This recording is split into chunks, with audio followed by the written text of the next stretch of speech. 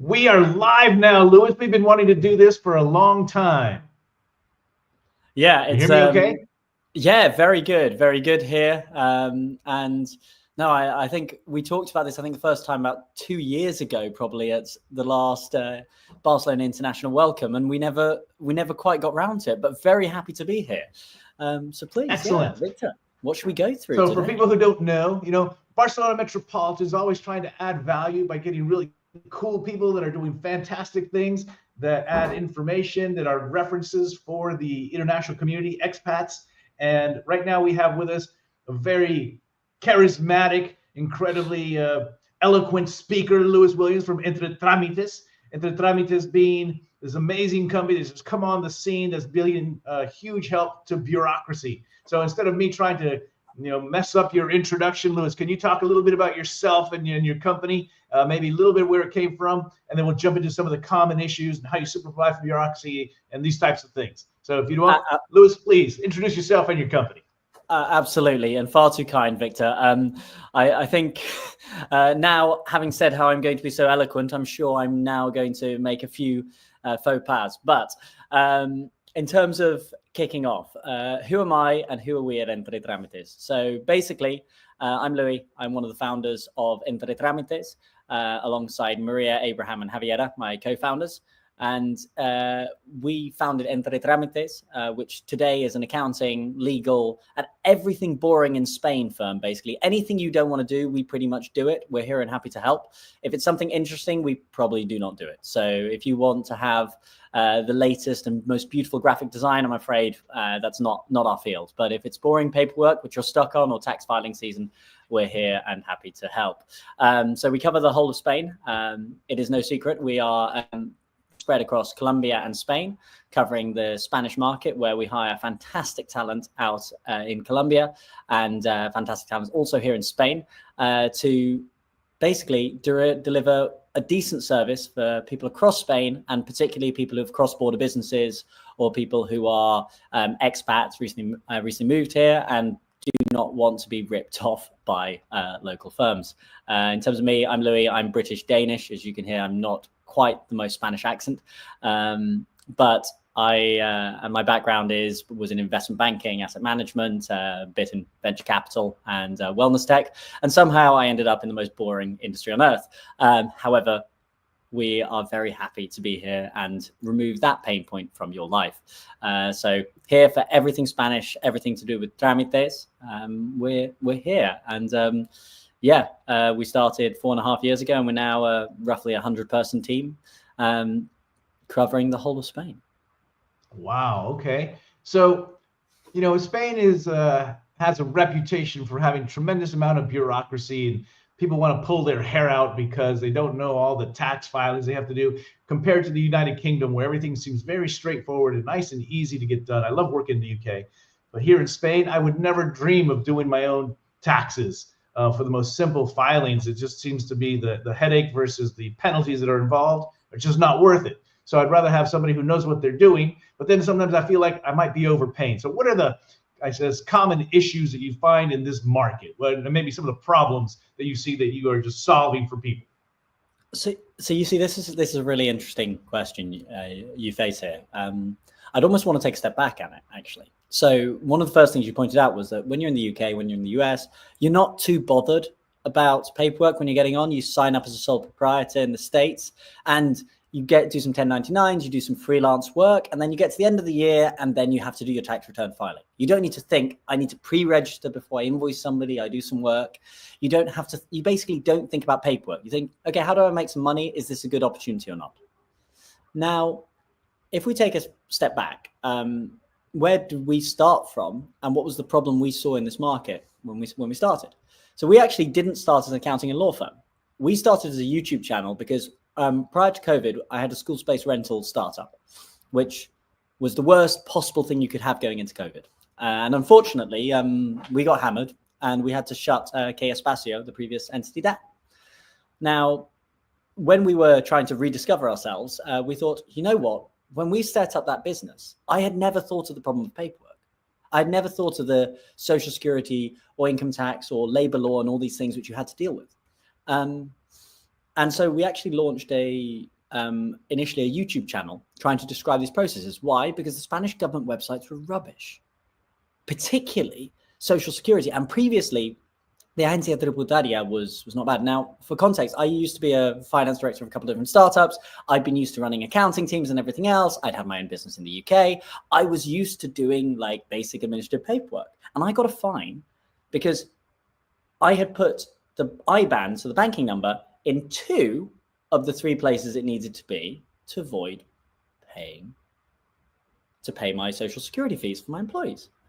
And so I suddenly ended up getting a fine for non-payment. And I went, where on earth? What on earth? There were no documentation which explained it. There was nothing on the website. There was a PDF which was not actualized. It was not up to date with the current information. So we basically came in and basically launched a YouTube channel off the back of that, and actually to help people for free. We just thought, okay, we'll do this. We'll make a marketplace. We're going to be tech, labor light, and everything else. But this is when we hammered into the biggest problem, which we hadn't quite realized. So Spain is an incredibly fragmented legal services market, because previously you needed somebody to physically turn up, queue up, and put your paperwork in.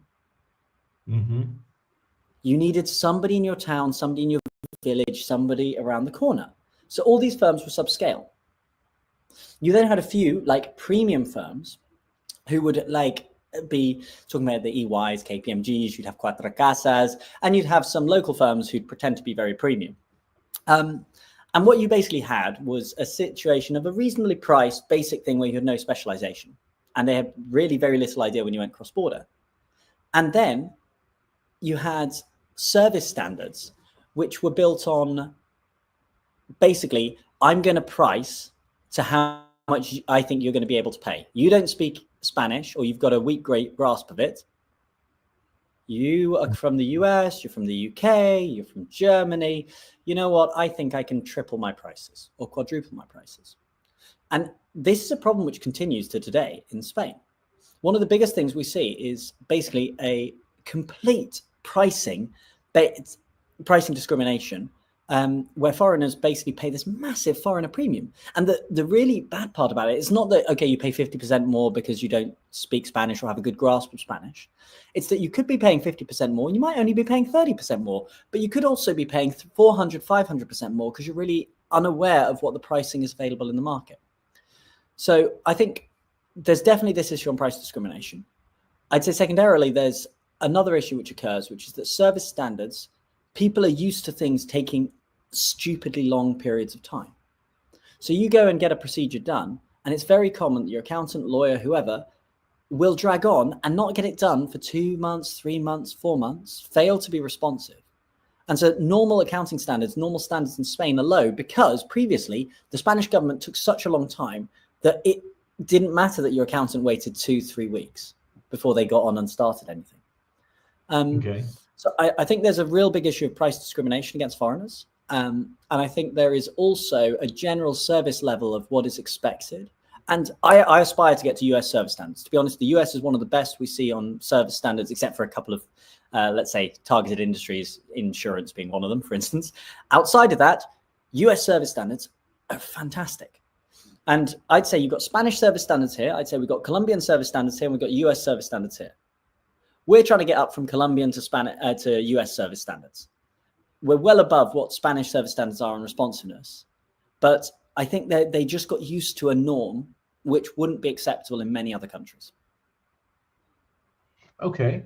And so when you're talking about service standards and making sure that you take care of the pain points for, I guess, targeted expat people here who may not know the language or may not know how to navigate around some of the obstacles that they have to do to get the paperwork done, how is it that you are able to simplify the bureaucracy then? Really funny part here. Lawyers and accountants make money by making you think it's more complex than it is. Because when people make it seem more complex, you think you need to pay and do lots of other stuff that you may not necessarily need to do. How do we simplify things? First off, we give people access to free information if they want to do it themselves.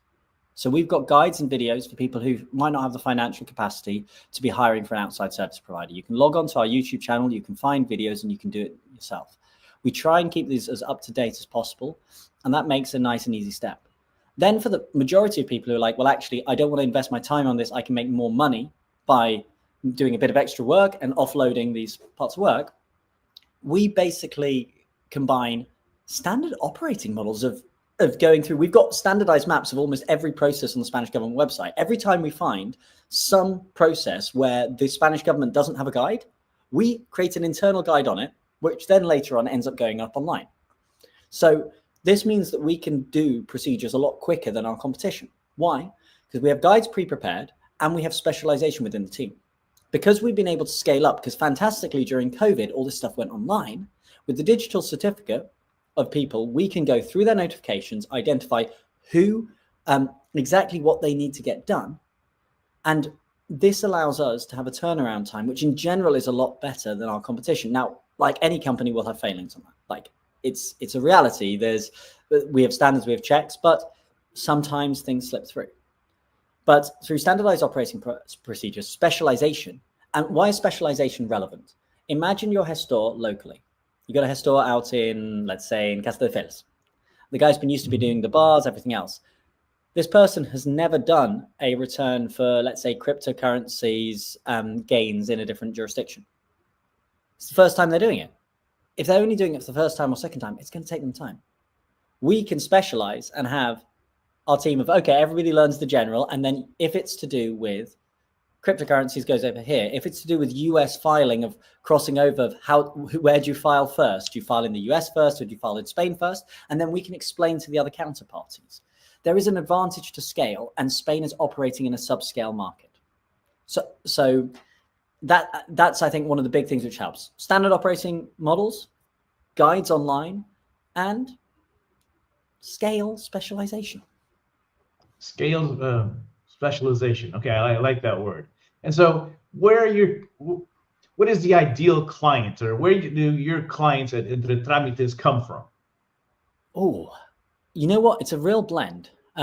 We've naturally got a higher foreigner bias, right? We've got a higher share of, but let's say that as a broad split, 50% are probably non-Spanish speaking foreigners. So people from countries where Spanish is not the primary language. 30% are probably Latin Americans, and 20% are Spaniards. Now, the Spaniards are a really interesting one, because Spaniards have already often had local gestors, they've got family links and everything else. So why do they come to us? Usually, whenever anything gets international, because if they start going cross-border, they realize their local gestor doesn't know what to do with it. So even though they've had a relationship maybe over 10, 20 years, they know that they can't help them with what they need. The second group that we find on the Spanish going is when people have been overseas, because as soon as they've been overseas and they're coming back, they're aware of the limitations of parts of their local own part, because they now have an understanding. And then out of the foreigner groups, I'd say we're talking US, it's quite big. UK is big. Germany is probably, I'd say, our third largest foreigner contingent. Otherwise, then it would be Argentinians and Colombians from Latin America. But we've got a real blend. Ukrainians, lots of Ukrainians lately. We've had very, very recently a big surge of Ukrainian clients. And we tend to see slightly higher earners in general among the freelancers. So we're talking maybe 40, 50K plus. We got a disproportionate share in that window. Kind of bizarre, seeing as we're one of the lower cost providers in the market, but we seem to get a higher average value of clientele. It's a curious facts which you never quite understand why it happens, but yeah. Okay, and then let me ask you this: I do a lot of work in the, I guess, freelancer startup community in Spain, because I used to be an angel investor, and I've been helping local companies raise capital for tech companies.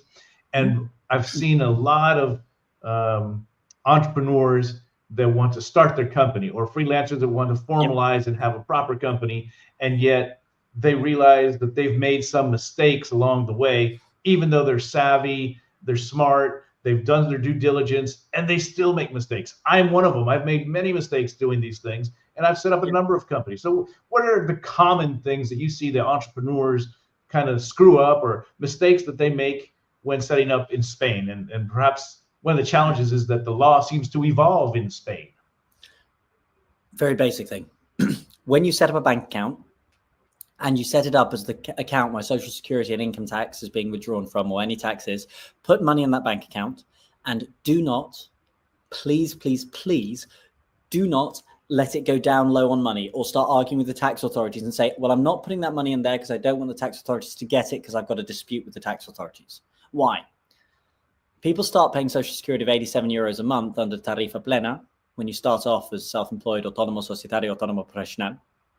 If you don't have the money to pay that, it'll instantly go up to around 380 euros plus a fine, and you could even lose it ongoing. So that's an incredibly expensive part of not having money in the account. So please make sure whatever tax-paying account you've got money in it, make sure it's registered with your NIA, because, or your DNI if you're Spanish, because if not, it's possible that the Spanish government will refuse to take it. So do not hold back money from the government. Pay them first and then argue. Do not. That's one of the most basic things, but that can really go wrong. What other issues do we see commonly occurring with entrepreneurs on the kind of more legal or administrative side? Where are you raising capital from? So if you're raising capital from within the Spanish market, there's some really nice tax breaks to do with now available, where if you invest, let's say 10,000 euros in a company, as an investor, you can get 5,000 euros back. Now people are like, oh, that's an investor tax break. But yeah, but it doesn't matter if the tax break's on the investor or on the company. It means investors are willing to pay a higher multiple of valuation for your company because of the tax break. Now, if you're raising capital from outside, it's a bit of a flip side on this. Why? Quite often, overseas investors might be hesitant about investing directly in an SL. So ways in which you can make this easier, you can make special purpose vehicles, such as, let's say, a UK limited or US limited company, which owns 25% of the company, and let the investors come into that entity. Or you put it directly underneath, directly with a parent company in the US, UK, one of the jurisdictions where investors tend to be more open to. The main reason for this blockage is to do with the slow notarial processes. So because the notaries and the registration of foreign investors, if your investor needs to get an NIF or an NIE, this might scare off if you've got overseas investors. Otherwise, if you're raising capital early stage and you've got a Spanish entity, look at convertible loan notes or similar arrangements, because that can save you a lot of notarial fees.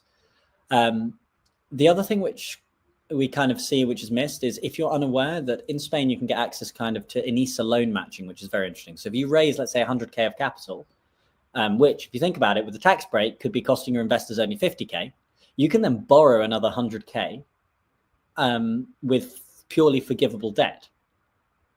Why is this really interesting? Well, startups usually fail. So if you only need to raise 50K of actual capital to have 200K of cash in your bank, to give an idea, 200K is a hard amount of money to try and raise. 50K, if you've been working in let's say a higher earner, let's 60, 70, 80K in the tech sector in Spain, for instance, and you spin out, you could probably go and talk to 4 or 5 colleagues and they'd be willing to say, yeah, I'll put in 10K each or 20K with my tax break, and you can raise a lot of capital. So that's one really nice tax break, which is really available. So make sure you have money in your account to pay the taxes in Spain, and really look, depending on where your investment or capital is being raised, how you want to structure your company. All right, I think we're going to have another session to discuss this tax incentives for entrepreneurs. But let me get back to this. So one of the things that I've actually been trying to correct people on, and so in the benefit of Entre Tramites, people seem to have, in my opinion, a wrong view of Entre Tramites. I understood that you guys were basically getting clients because you were excellent at doing that, and then farming out a lot of this work to non-Entre Tramites lawyers. And so I've been trying to correct this perception ever since I first learned about you guys. And one of the things that I wanted to let people know is that you guys can handle some, relatively complex cases, because there are lawyers, as you say, with limited experience, or they have provincial knowledge, and then they're international and cross-border, and people who have, many years experience. And sometimes I have found that when it comes to law, and not always, I've had mistakes, but you get kind of what you pay for. So given you guys have a vast amount of experience and you can do mass specialization, what kind of, can you give us like an example of something that's been complex that you've been able to handle and solve for a client? Yeah, so I'm just thinking how to anonymize it enough that I'm happy to speak about it, because the client privacy is always important. But to give an example, let's say, because we had a few different clients with a very similar setup, so I'm going to explain it with slight anonymization. So trusts are not recognized in Spain, right? So trusts actually outside of the Anglosphere are largely not recognized. The concept that you can have a legal entity which owns a bunch of assets and that you then have a beneficiary who is not that, and that when somebody passes, there is no owner to this trust, is not something which is really recognized within within Spanish law, and also in pretty much anyone under the Napoleonic Code. So lots of people set this up to make it simpler to do with inheritance, or they might have already received it from various generations. It's very common in the US, even not at the highest level of wealth brackets, even at low wealth brackets. So we've had cases where, for instance, the trust is the owner of certain operating companies below it, where how it was structured meant that the assets under the trust would fall under wealth tax, even though the operating company was the primary source of income of the person. So there's a very interesting wealth tax exemption which exists in Spain, which is effectively, if your primary business is the primary source of your income, the value of that business can be excluded from wealth tax. So what do all the super wealthy Spanish families do? They have a large operating company. They book all of their assets underneath it, and thereby they can shield effectively their assets from the wealth tax. And they have a little bit of property or something outside, but maybe they're paying wealth tax on 3-4 million of assets rather than on 50, 100 million. Mm-hmm. Why is this important? Private companies are valued at 5 times the average of the last 3 years' profits or the balance sheet. And there's all sorts of tricks which occur with this. But for instance, lots of families will buy a supermarket chain. Why? Supermarkets have really high revenue, very low margin. Because under the Spanish rules, you can hold a certain amount of assets relative to the revenue you hold in your business. If you own a supermarket, which can be very cheap to buy relative to its revenue, you can then hold a whole bunch of basically financial assets and not need to declare any of them for wealth tax purposes. So what were the situations that we had 2 or 3 of these with these sort of trust structures with underlying companies? Basically what we did is we went, okay, so these entities in the US, you can rejig because they're currently set up with LLCs, with flow-through entities. If you put the 2 LLCs stakes within the trust under a C Corp, which is just making LLC change its designation, underneath this, what you can then do is you can create a subsidiary entity in Spain of the group, and then that whole part of the trust structure is suddenly ignored for wealth tax purposes. So instead of somebody having a wealth tax, in this case, it was ballpark like 20 million of wealth taxable, they ended up having 3-4 million taxable. And so that's quite considerable when you think that with the solidarity tax, we're talking about 2.5% to 3.5% wealth tax applying on those sorts of sums. Now, there's an issue that effectively we are having to do a bit of price differentiation for these more complex cases, because, of course, we can't be doing like our basic autonomo packages of 39 euros plus VAT a month sort of thing for the level of complexity you need to plan with, meeting with trust lawyers in the States and everything else. And like the classic issue you have with these sorts of cases is you discuss this with people and you go through the problems and you explain it. And the funniest thing I found is you explain it to the other side's counsel, and then they're like, oh yeah, but why don't we just do this? And they almost ignore the fact of what the complication is in Spain. So one of the common problems we often encounter is they'll say, oh, but in the US it's fine, or in Hungary it's fine, or in Brazil it's fine. But you go, hang on a second. You need to think of the country where this person is now in. And because their tax is much more significant here, there's other implications. So that's one example. So trust structure, restructuring to avoid wealth tax or reduce your wealth tax liability. But yeah, we've covered all sorts of stuff. Okay. I mean, I have a limited amount of visibility to some of the complexity that can very quickly unravel. And tax planning is a huge thing. You want to make sure that you plan properly. And there's a big difference between tax avoidance and tax evasion. Yes. And that's where you want to make sure that you are properly shielded by people who know their way around. And before I asked you the question, it seemed like I was burying the lead. But when I first heard of Entre Tramites, a number of people they were thinking that really you guys take care of just very simple uh, things that you have to take care of in Spain, whereas you actually are taking care of a little bit, considerably more complex things, and that those are really true value adds for a lot of expats who come here, for lifestyle change or for whatever reason. Now, one of the things that we've always so seen in the startup communities is the pushing of these tax efficient and interesting jurisdictions like Estonia and Ireland. And so I was hoping you could maybe kind of pump a little bit. Why Spain over Estonia or Ireland? Okay. Depends on your stage of business and other parts on this. Let's divide between different categories of people. Let's say you're a freelancer.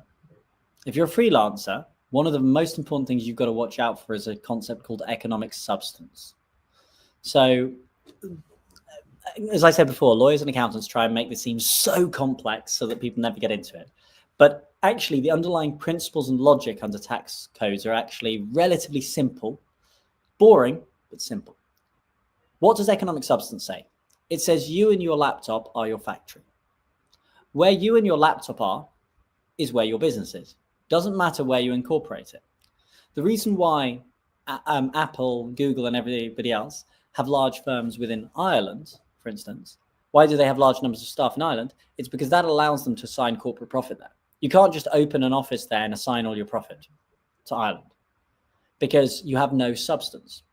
The same thing occurs with Estonia. So Estonia is a fantastic option when people are looking at, let's say, going digitally nomadic, remote, or placing that, or if they're looking at potentially hiring, building up staff, or if they're starting at the very early days. So I'm going to go into Estonia one where there is a nice little bit, because what does economic substance do?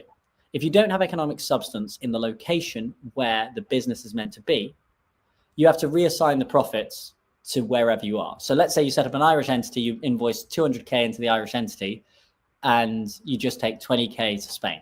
That's completely not allowed. You have no substance in Ireland, your laptop's here, you work here, you do everything here. So you have to re-invoice as an autonomo the majority of those profits. Like the tax authorities probably won't care if you leave 10, 15% there. But if you leave 70, 80%, they're definitely going to take notice. Now, where does substance not matter? Substance doesn't matter in practice when there is no economic profit or when it's very low or little. So let's say you're starting up an e-commerce or starting up a small business. But now you're not talking about profit taxes, you're talking about simplicity. This is the real area where Estonia can be a very nice option. So Estonia can be a particularly nice option because they've got an interesting tax structure where they've got 0% tax on reinvested profits. The actual end, if you then distribute those profits, they have a corporate tax which is levied at 22%. So actually, the tax burden is very similar to Spain. Spain has 15% first couple of years, 23% ongoing. You actually don't have much of a tax saving in Estonia. But what's the nice thing when you've got a 0% filing? It means administratively, you basically don't need to do anything when you're kicking off. All your filings, because you don't need to interpret if something's an investment or an expense or anything else, it keeps filing super simple. And so if you're just starting a business idea, you're not sure about it, maybe you're employed at the moment, it's going to be an e-commerce and you're looking to trade all across, and you know it's not going to make much profit, economic substance isn't really a worry. Once then that business starts becoming profitable, you then need to set up as an autonomo in Spain and invoice across to the Estonian entity. The Irish option, actually, I don't recommend for many people because of the substance requirements. You've got a local Irish director requirement. There's lots of different things which are required to make it bulked up. Now, if you are a successful business and you're looking to establish and launch basically subsidiaries, then you've got to think, what's the purpose of it? Ireland works well as a sales office if you've got incredibly high profit products and you're looking to sell them across like the tech firms do. Estonia is very good if you're like a growing startup because they've got quite a highly educated population and everything else and the ability to reinvest. But this requires like real capital investment. Spain, what's the advantage? You can pretty much get labor talent at a cheaper price than anywhere else in Europe. Usually, when you're making a job offer to somebody in another city or country, you have to offer a premium or a salary to move there. In Barcelona, you can go and offer that person, let's say the guy's working in Munich, you can offer them a 40% discount from their current salary and they'll probably sign. So the big advantage in Spain, it's silly, but it's sun. It's sun, it's lifestyle, it's the quality of the features within there, which allows you to get foreign talent at a much cheaper rate. The other part is flight connections and other infrastructure. I know we're on a tactical, but the reality is people are a combination of factors.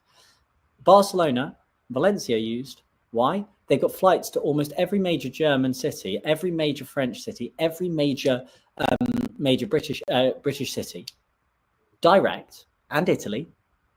So what can you do? You have sales staff, which is cheaper for them to fly out based from Barcelona than it is to have them based in any other jurisdiction. So that's why it's a fantastic location for sales offices and everything else. The tax regime is not that bad in terms of in a relative European perspective. And for the self-employed and actually people who live in Ireland, for instance, tax isn't great. Corporation tax is only 12.5%, but dividend tax is 25% plus, and personal income tax is quite high. So although their corporate tax is good for large tech firms, it's not actually necessarily the best option. What's the pain point that we feel in Spain? In Spain, it's quite hard to get started. If you're a self-employed freelance contractor, it's 33%. The tax, including Social Security, is quite high. Social Security levies are very high. If you want to employ somebody, you need to pay 32% employment taxes on Social Security. These things are a clear disadvantage, but it depends if we're talking, are you a freelancer or are you an entrepreneur hiring people? If you're an entrepreneur hiring people, your advantage is you can get people cheaper of good talent to then serve at other markets. If you are a freelancer, then you're looking where you want to locate and base. But if you don't have substance and employees, you can't just offshore a whole bunch of profits in other jurisdictions. So I think the thing is, people think the rich have a really easy way of saving taxes. The funny thing is, the rich aspire to pay 35%. They are really happy when they pay 35% all in. The normal people pay about 33% if they do nothing in Spain. So between income tax and Social Security, you make 50K. But people think that people get away with paying nothing. The only way you do that is Monaco, Dubai, going to these true tax havens. And there's a lot of life sacrifice and a lot of additional costs you got to deal with on that trade-off. Okay. Well, that was a very comprehensive answer. And now I want to sit down and chat with you when this call is done and we'll explore some options. So what is if you had to choose your client, what is a perfect client for Entre Tramites then?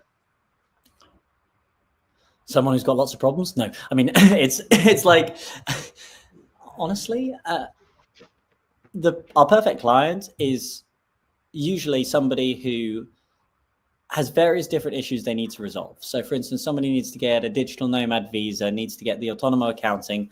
They're trying to get rental contract. People who are really lost with landing, they're our best sort of client, because basically we can handhold them largely through their whole process. Now, we're not going to accompany you to the appointment, but we'll get it organized. We'll give you a direct sheet. We'll have already registered everything you need to do and give you a direct instruction how to do it. And for 95% of our clients, that works perfectly fine. Our least perfect clients, on the other side, people who want only one thing, a one-off, or just a temporary relationship on certain parts, and because you get a much more broken story.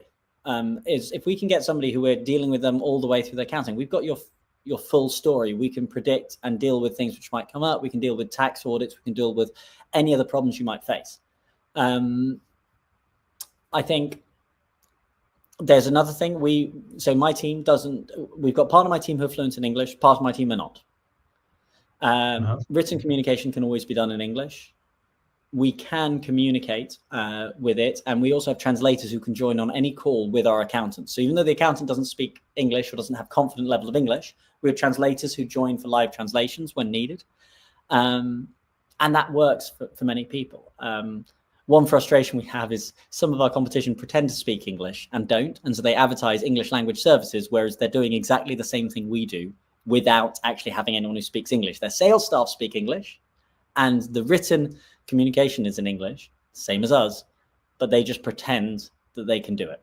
And so our perfect client, somebody who wants all their problems resolved in one place: wills, rental contracts, real estate purchase, even your divorce, but that's not probably something that is too positive. Hopefully we don't need to be dealing with that many of those, but we're here for any of your life's problems, basically.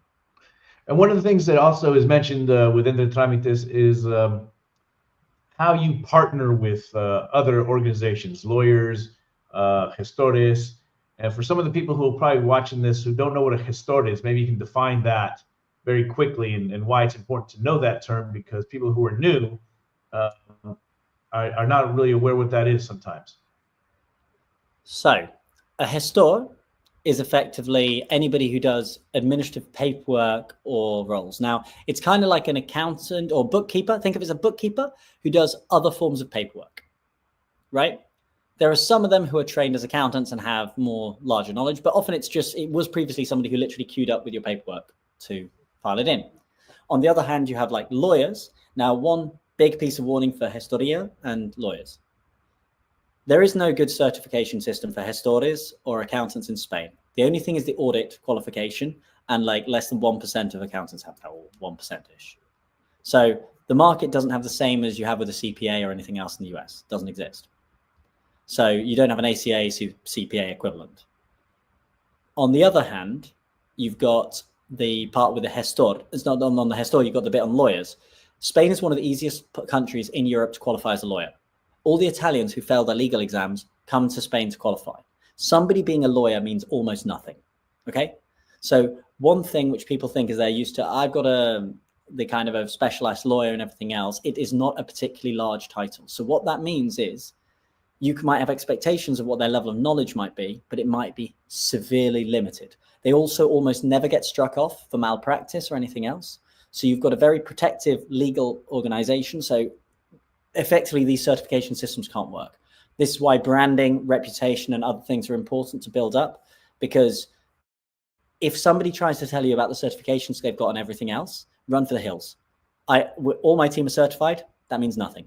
What matters is that we've got internal training procedures and things outside of that, but actually these qualifications are really limited. What was your other question? Because you did gestores and the definition and what they are, and I wanted to give that quick. Sorry.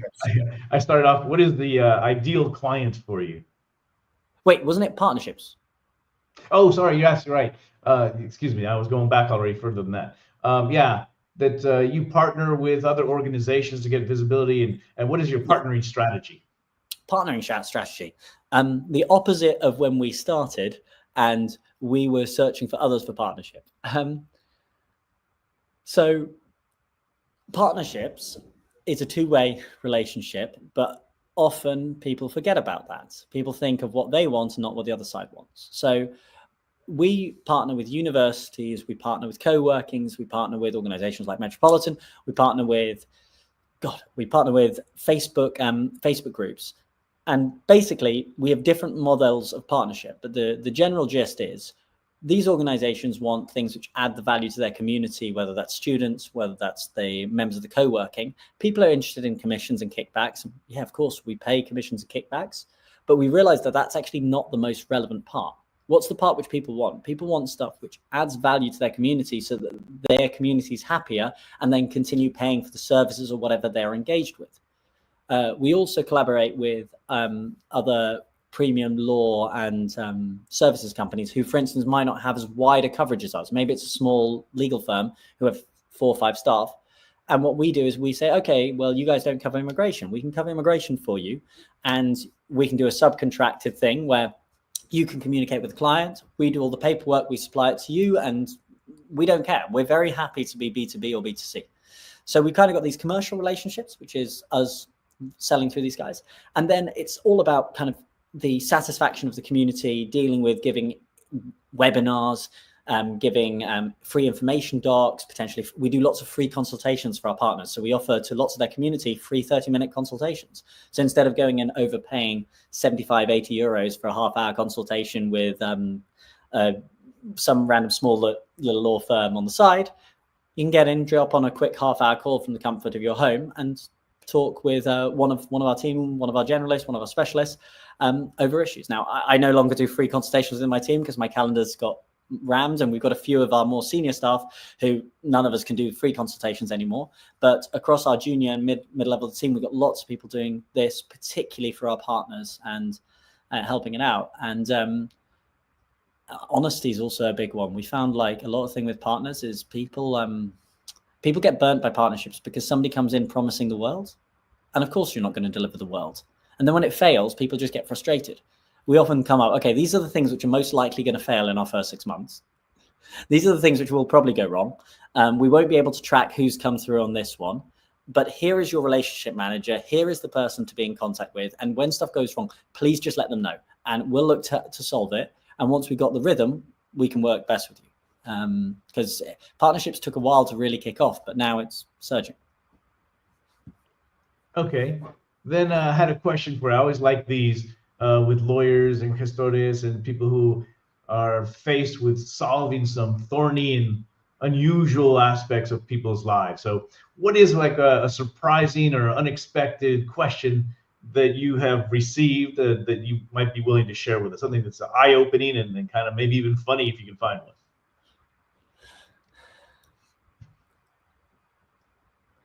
Okay, yeah. So if you, I was just thinking of a consultation which I had fairly recently. I had a client kind of calling up all panicked because they'd got to the end of the tax year and they suddenly went, oh, I've been coming and I didn't realize I needed to file for the last 4 or 5 years. I've never filed in Spain and everything else. And I hear this so much where people are like, I haven't done it. It's going to be fine. You know, nobody's going to catch me and everything else, which is a terrible idea, by the way, because there's no statute of limitations. But this client who I was talking with didn't actually live in Spain. The client had been going on holiday and thought by going on holiday that they had built themselves a tax obligation for kind of flying in and coming back and forth. And they'd gone on holiday to Spain every year and they didn't realize, and they'd misread something on the thing of like, oh, because I had a house every time. I always went back to the same place. Like they had a timeshare like arrangement where they had like a place. And I was like, as a call came through, I went, don't worry, breathe, you're fine.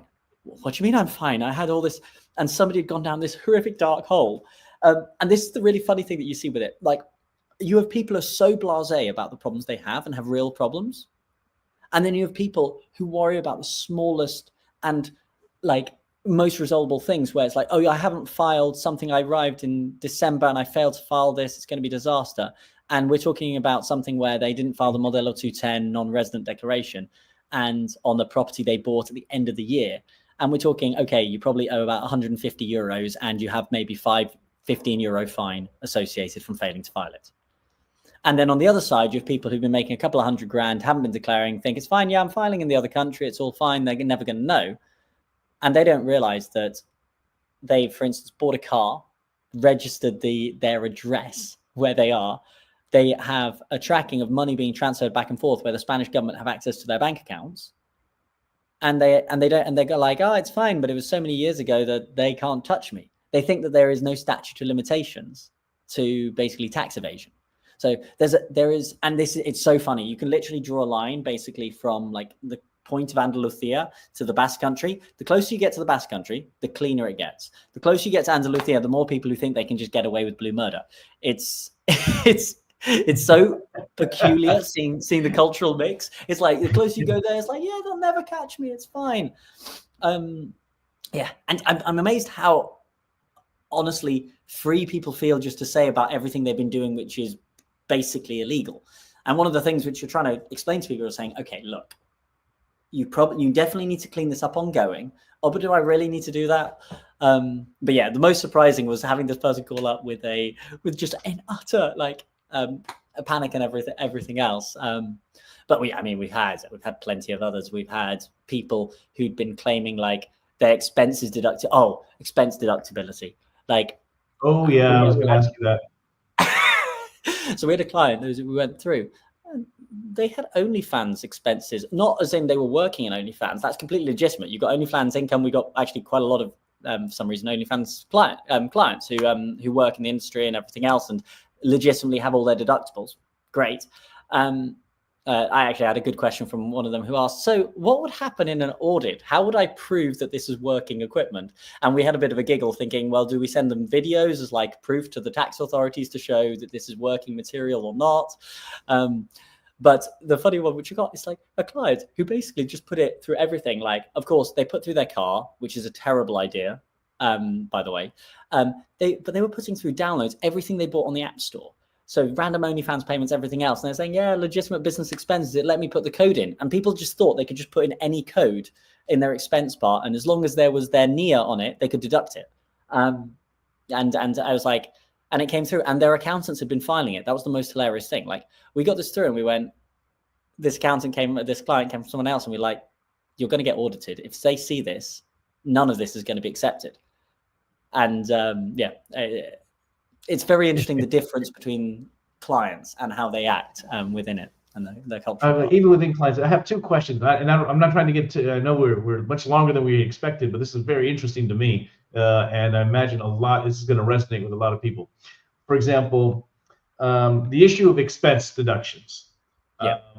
In countries in the U.S., United Kingdom, France, where I've worked, there are certain things that are obviously business-related, expensable items that in Spain do not qualify.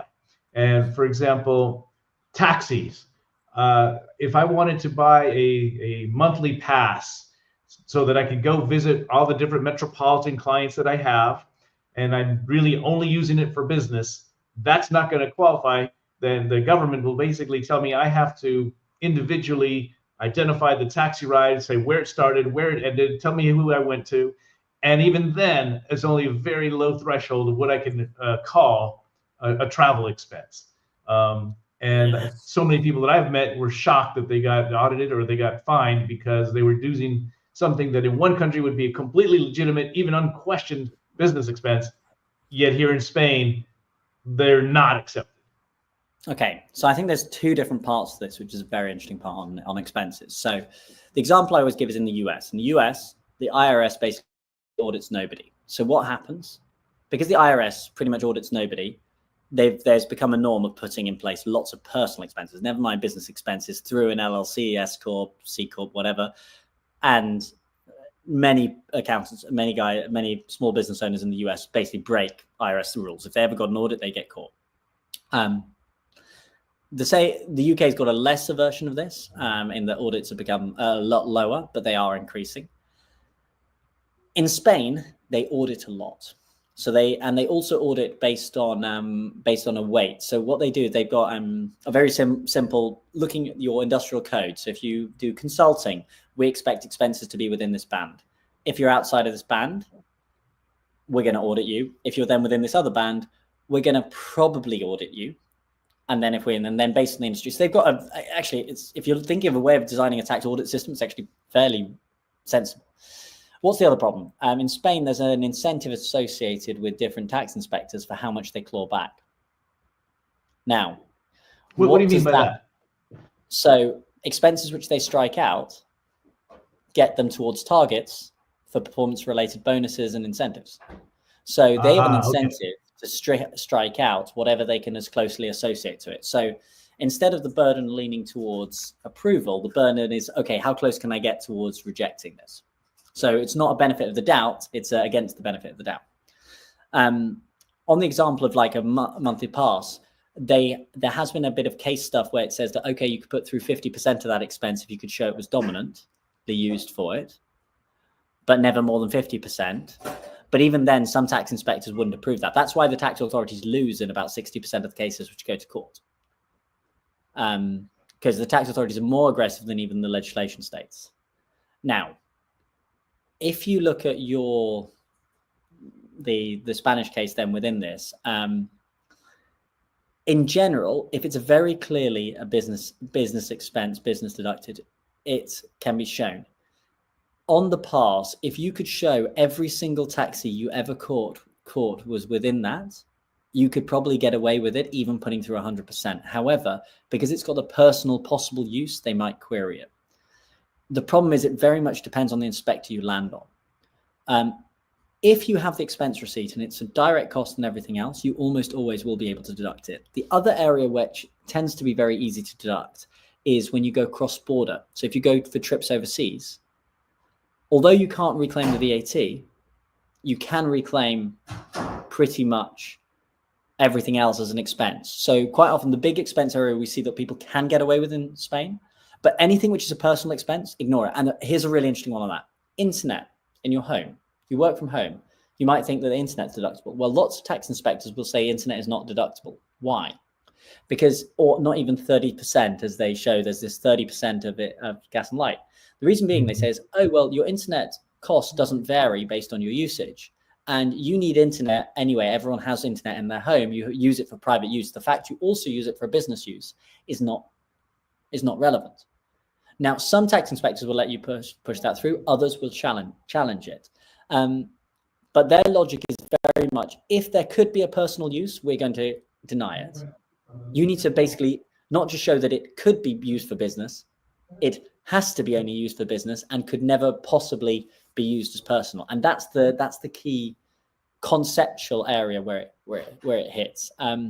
However, if you're putting through 5-10% of your total revenue as expenses because you're consultant light sort of thing, you're almost certainly not going to get inspected.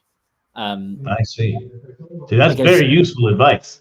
Because there's a number of things that in the past I've deemed, for example, I think this is very easily demonstrable that it is a business expense, but the papering back and the time it's going to take to do that and challenge something is just not worth it for me.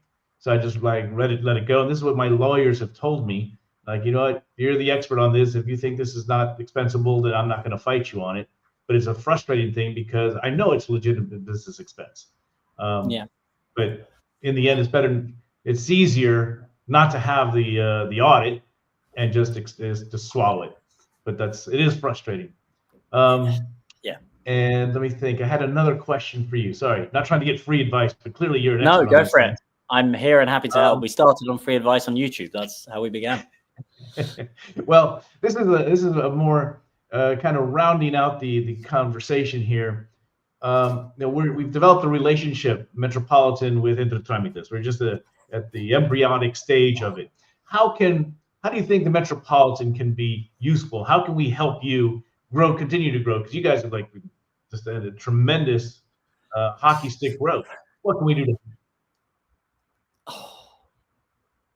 Honestly, the big thing is when people feel frustrated or have pain and everything else, is just saying, hey, look at this video or this guide might help. I hate the hard sell. I hate it. I think the big thing is we want to share material which people need. If let's say you've got some of your membership who need local guides or something else on that, how to file their US taxes where it needs to get taxed first and last, the kind of thing of file in the US, then Spain, then the US, or just file in Spain first and then directly in the US, like little informative guides, things and material which might be useful for your membership and everything else. Because your readership, like our basic concept is we know, look, if we help 50, 100 people, maybe 80% won't buy from us. But you know what? Those 80% who won't buy from us, half of them might recommend us to a friend, who are then out of that half, maybe 20% of those do buy something, get it done. Like essentially in the first stage, we grow a lot from us trying to do acquisition, trying to do the YouTube videos, SEO, Facebook, free events, things like that. But now, like I'd say over half of our customer growth comes from word of mouth. Yep. And it's a direct word of mouth, nothing where we're pushing on these things. Oh, I got a recommendation from A, B, C, or D. So we know as long as we do a good service, a good use, and we help people on that, we're going to have people coming in. So basically, if you've got members who've got needs, who need things resolved, if they need free informative materials, we're very happy to co-publish, do anything on that. We did a research project actually with the Estonian government where we basically exposed that roughly 93% of the procedures which you do in notaries are completely unnecessary and could be scrapped. And we detailed this out to the Spanish government. Like our interest is, I have no interest in preserving the accounting and legal industry as it is today. If we, as my partners used to be in consulting, and she always says, is you guys are always destroying value. Why?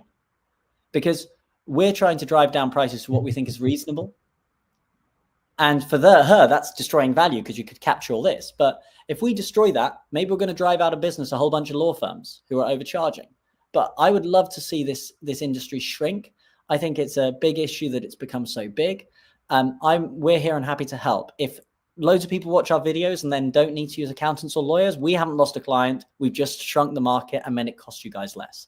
So anything which Metropolitan is happy to share, any form of informative material that we can produce with you, anything we can do to help people who are feeling lost, we'd love to take part, webinars, whatever. We're here and happy to be here.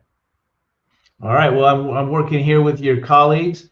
Javier has just been fantastic, and we have this thing called the Metropolitan Business Association. So a little self-plugging here, but basically, I have a lot of clients, and what I thought was interesting was to get them together to create synergies, because we are trying to. A lot of my clients are going after the same target ideal customers, which are the English-speaking international of Barcelona. And by maybe packaging things together, there's synergies that can be created. And we're always looking to figure out what's the best way to maximize return by referral marketing. So word of mouth is huge at the MBA. It's what we're all about. And I'm really excited to have Entre Tramites represented there, because you guys have been there now at 2 of our events. And I want to see you guys there on a more formal basis. Maybe you can bring you in as a formal speaker one day, if you're up to getting up in the morning, because we do it at 8 o'clock in the morning. And from 8 to 9:30. I would love to. I would love to. Currently just briefly out of the country, but when next in Barcelona, would love to. Oh, one last thing. Completely forgot. What's the deal with Colombia? I know you've mentioned it a few times. Barcelona and Colombia. What's the connection there? Initially, it started quite randomly. We were trying to find a good market for where we would look to outsource and do premium outsourcing.